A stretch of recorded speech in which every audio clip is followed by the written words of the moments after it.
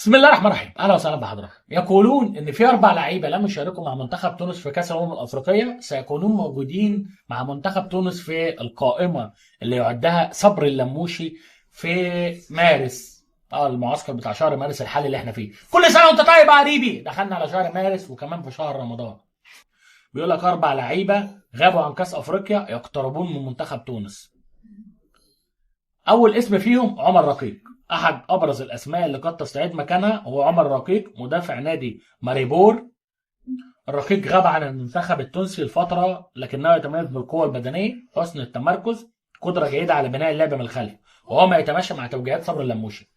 مدافع زي عمر رقيق بيعرف يطلع بالكره من لا هاتوا يا بيه، هاتوا. ده احنا كنا متحملين لا مؤاخذه يعني الاسطوره الحيه كابتن ياسين مرياح، عشان كان بيعرف يزق الكره خطوه والتانيه.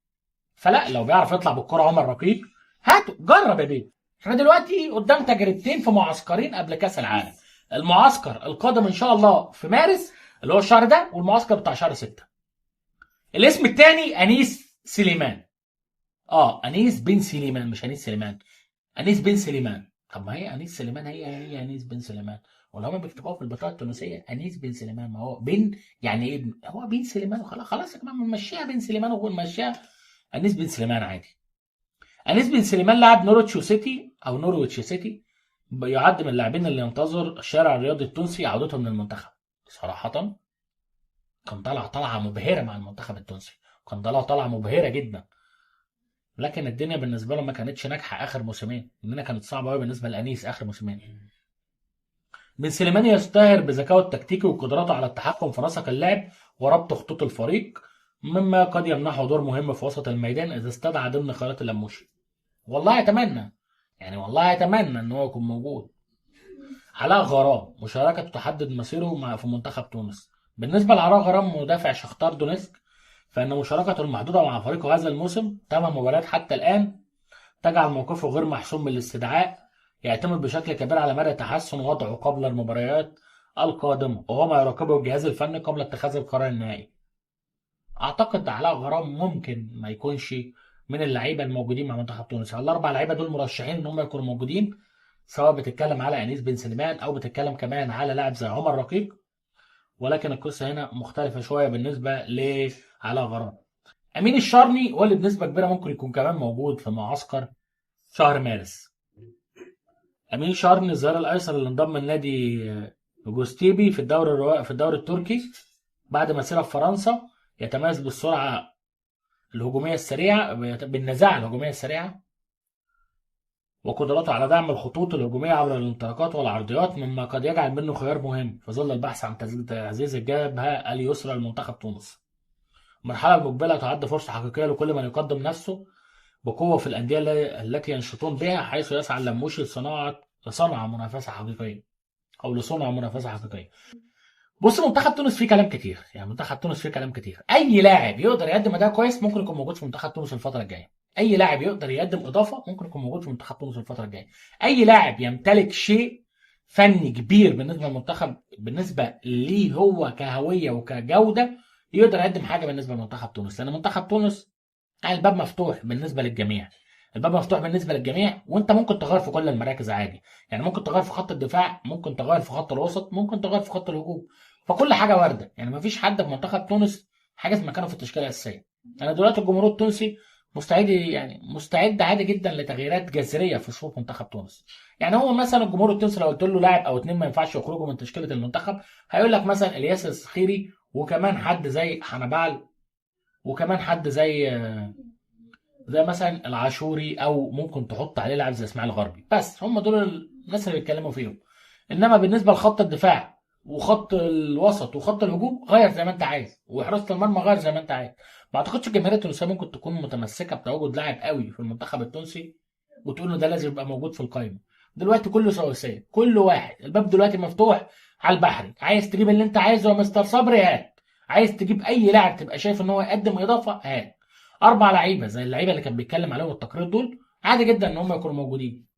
يعني مثلا بنتكلم على خط الدفاع سواء علاء غرام او حد زي عمر رقيق او عمر قيق، تقدر تقول ان هما الاثنين عادي جدا يكونوا موجودين في خط دفاع منتخب تونس.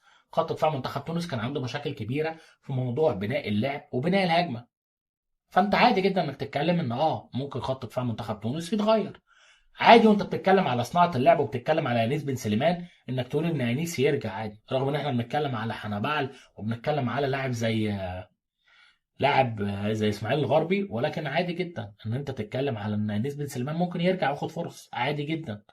فوانت بتتكلم كمان ممكن تقول ان عادي جدا محمد امين شارني ممكن يرجع وياخد فرصه. هو لا امين شارني ممكن يكون موجود عادي في الباك الشمال، خصوصا ان معلول خلاص يعني الحكم صفر عليه في كاس الافريقيه اللي فاتت، وخلاص معلول مش موجود مع منتخب تونس كباك شمال. فانت هنا هتدور على علي العبدي، وهتدور على مين بديله. ممكن تقول بن حميده، ممكن تقول امين شارني، ممكن.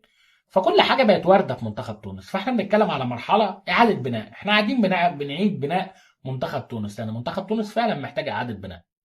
منتخب تونس محتاج اعاده بناء، ومحتاج انك تدي صبر اللموشي وقته. اتفضل يا باشا الوقت اللي انت عايزه. احنا دلوقتي كل اللي مطلوب منك ايه؟ ان احنا نعمل اداء كويس في كاس العالم. مش بنطلب منك ان احنا نتاهل لربع نهائي او نص نهائي ونهائي.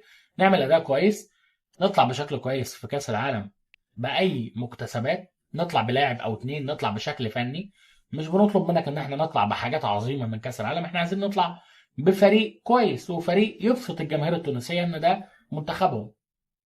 وبعد كده قدامك تصفيات كاس الافريقيه 2027 اللي بنسبه كبيره تونس طبيعي ان هي تتاهل فيها، وقدامك تصفيات كاس العالم 2030.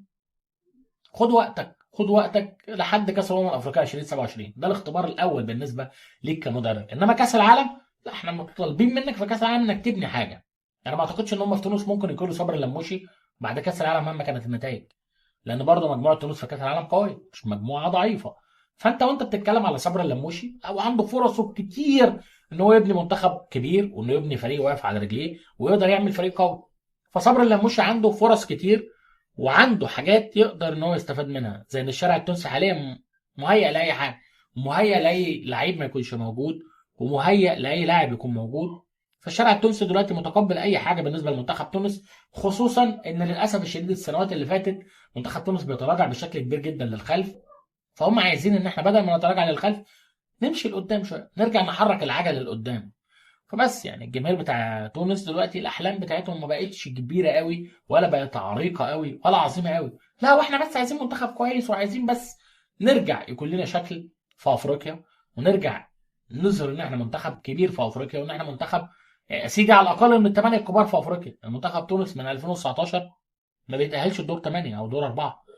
فبس يا سيدي هي دي الحكايه. بالتوفيق لصبر اللموشي، سواء هيجيب الاربع لعيبه دول في معسكر مارس او هينفض لحد منهم. توفيق لي.